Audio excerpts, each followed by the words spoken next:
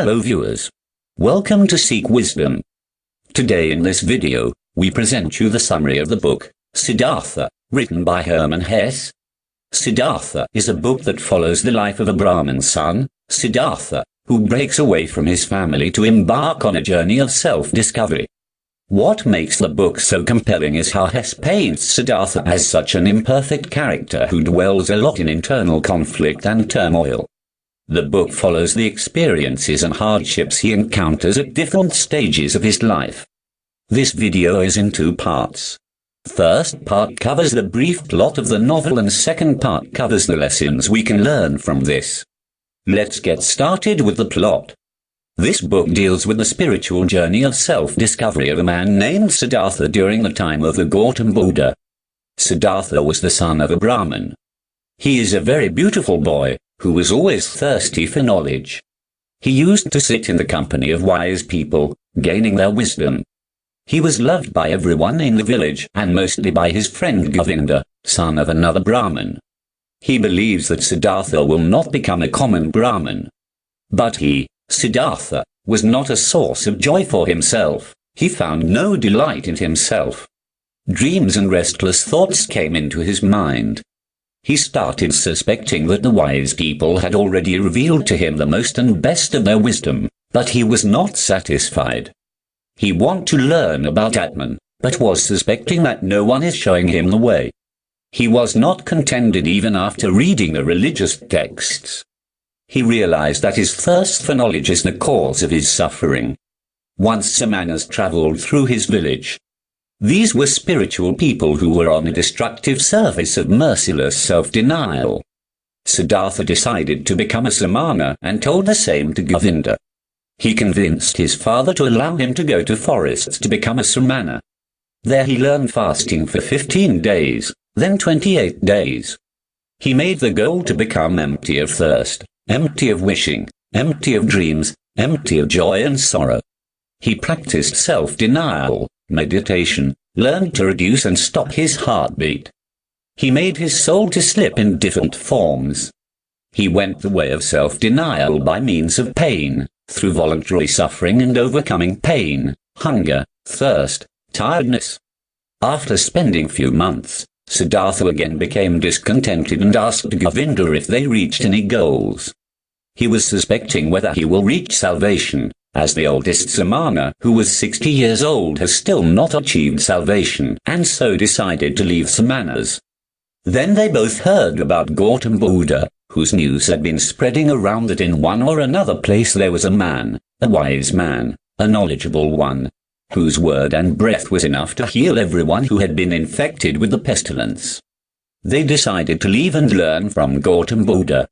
They went to the place where Gautam Buddha dwells and listened to his teachings.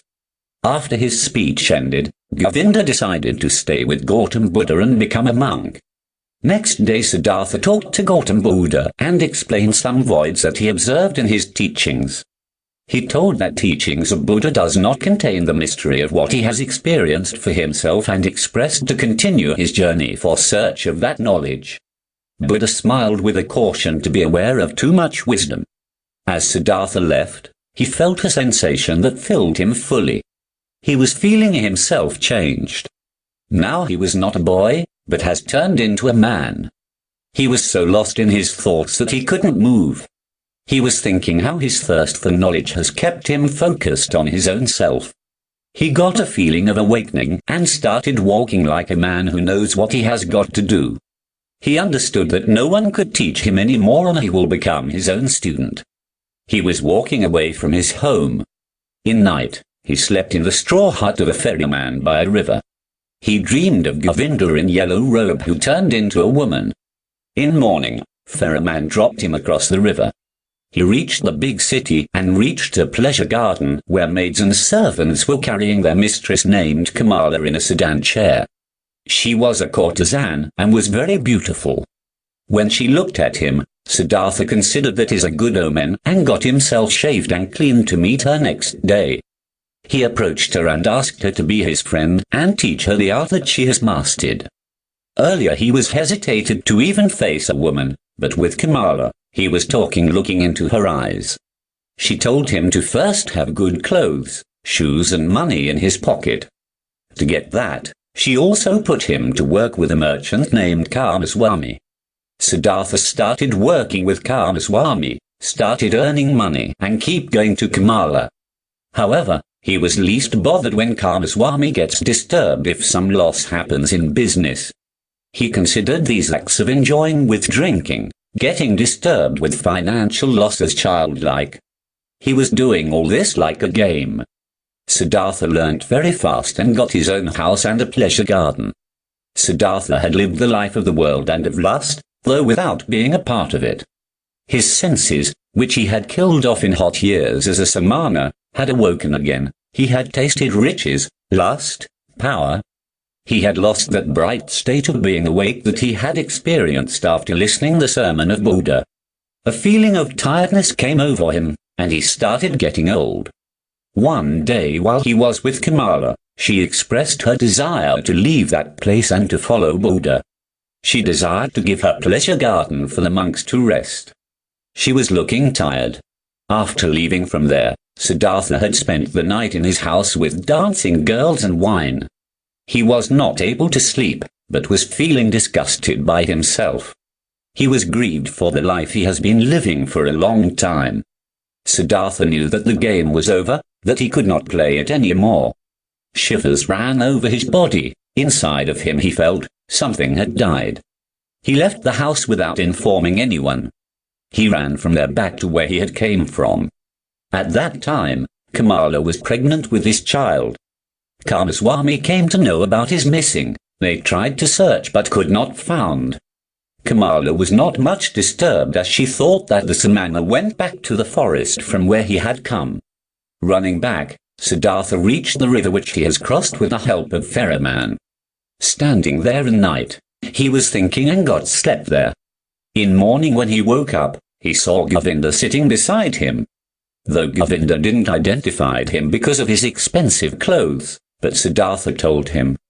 Govinda had become a monk and was going to pilgrimage with other monks, but seeing a man sleeping in forest, he stopped there as the place was dangerous because of snakes there. Well, Siddhartha woke up and Govinda went with the other monks. Siddhartha found that Ferryman who had earlier dropped him across the river and told what happened with him in last few years. He started living with Ferryman in his hut, started helping him in the boat work. After few years, news spread of ill health of Gautam Buddha, so lot of people started coming across the river to see Buddha. In those days, Kamala also came to see Buddha, but near the river, she got bitten by snake. She was carrying with her 12-year-old son of Siddhartha. Ferryman took her to a hut where Siddhartha was cooking. He identified Kamala and saw his son. Kamala died by night, but his son was not aware of Siddhartha. He disliked Siddhartha, but Siddhartha was accepting all his wrong behaviors as he was his son. Ferryman told Siddhartha that he should send the child to his place. He even made him realize how father of Siddhartha had felt when he left him to become a Samana, so now he also has to face those pangs of separation. One day, that child ran away taking all the money they had saved. Siddhartha ran to search for him up to the pleasure garden of Kamala, which was now being used by monks. He knelt there weeping. Soon Ferryman came after him and took him back to the river and again started their old life. Ferryman told him how he has learned a lot from the river. Sound of river gives him wisdom of the life. At this, Ferryman left the forests and Siddhartha was left alone. After some time, Govinda came to know that a wise person lives near the river, so he went to meet him. Again he didn't identify Siddhartha, but Siddhartha identified him. They had a long discussion over the words of wisdom. Govinda realized that Siddhartha has found peace. Going back, he asked Siddhartha to give him a word of wisdom. Siddhartha told him to kiss on his forehead. Something miraculous happened. Govinda, in face of Siddhartha, saw many faces flowing like flow. Face of fish, face of child, wrinkled face. In smile of Siddhartha, he saw the smile of Gautam Buddha. Govinda bowed. Tears he knew nothing of ran down his old face. Like a fire burnt the feeling of the most intimate love, the humblest veneration in his heart. Deeply, he bowed, touching the ground, before him who was sitting motionlessly, whose smile reminded him of everything he had ever loved in his life, what had ever been valuable and holy to him in his life. Now let's look at the lessons we can learn from this novel. 1. Hardship is required to humble oneself and to develop true empathy. True empathy is to understand the pain that you have inflicted on others, as you experience the same pain that has been inflicted on you. If someone makes you feel crappy and hurt, think about the times that you have done the same to hurt someone else. True empathy arises from understanding and knowing that you have made someone feel as upset as you feel in moments of pain and hardship. 2. The key to achieving serenity and peace does not lie in the internals or externals. To achieve serenity and peace in life, one has to dispel time. To dispel time is to dispel the good and bad, the evil and pure, the dark and light. Once binaries have been rid away, one can see that everything can be loved and embraced. This means that tranquility is not tied to the constructs that we, humans, have curated for ourselves. Tranquility is to detach ourselves from our internal conflicts and external attachments and to notice everything for itself without judgment or urges. 3. The perfect life, nirvana, or salvation that religions preach about are simply unattainable. Religions like to preach about reaching an end goal such as reaching salvation, attaining enlightenment, atoning for our sins. However, Siddhartha shows that we should leave the world as it is. To search within ourselves, realize that happiness lies in everything. Things such as the soil, a pebble, notion of life and death. These are connected as long as we allow them to. 4. Love is the most important thing. Everybody wants to love and be loved. It is nature's greatest gift. To have the ability to love. Even if one has never been loved, love still. Spread love and love will find you one day. 5. Actions are what make a good human being. In Siddhartha, Buddha was praised for his ability to spread good deeds and doings. To give people hope and a cause even if Siddhartha did not believe in the religion of Buddhism itself. Always trust someone's actions more than their words. Words are way too easy to throw around, but actions are what define someone. 6. Time and change are the only constant. Be happy in the present as life will pass quickly. Flow with the present and fear not the future or regret the past. Come to embrace the passing time and change. Live in the present as it will become the past. Release anxieties about the future as it can shift so drastically at any moment. The present is where you can make the biggest changes. 7. Wisdom can only be gained through experiences, not by teachings. One can only attain wisdom by going through difficult circumstances and hard times. Wisdom cannot be taught. As much as you try to listen to the teachings of people you respect, true wisdom can only be learned from yourself. 8. Seeking the true meaning of life is not the way. There is simply no end goal in life. Life will always be a journey no matter what age you are. Likewise, life will never realize a true meaning. If you have achieved a true meaning, such as finding a purpose, there will be a time where you will seek another purpose for fulfillment. Live a life of compassion and kindness and good things will always ensue. 9. You are your own guru. Respect and learn from others, but don't hold anyone's power or wisdom above your own. 10. Your journey is not like anyone else's. Embrace your unique path and avoid playing the comparison game.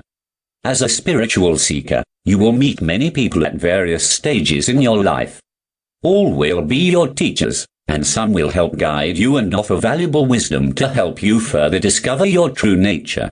We have all had moments like Siddhartha, in a search for what novel to read, meditation to practice, or a spiritual religious doctrine to follow. It is good to question things throughout your life and never resist the curious nature of your soul. All the answers you are seeking are within you already. You have the power to create your reality and live the life of your dreams. Through clear intention, conscious action, and divine trust, all that you desire can be real. Indeed, Siddhartha teaches us many valuable lessons about living an awakened, conscious, and spiritual existence. Here we shall wind up the video. If you like this video, hit a like, share it with your friends. Subscribe to this channel for more such videos and hit bell icon to get notified about the latest updates. Be happy, be safe.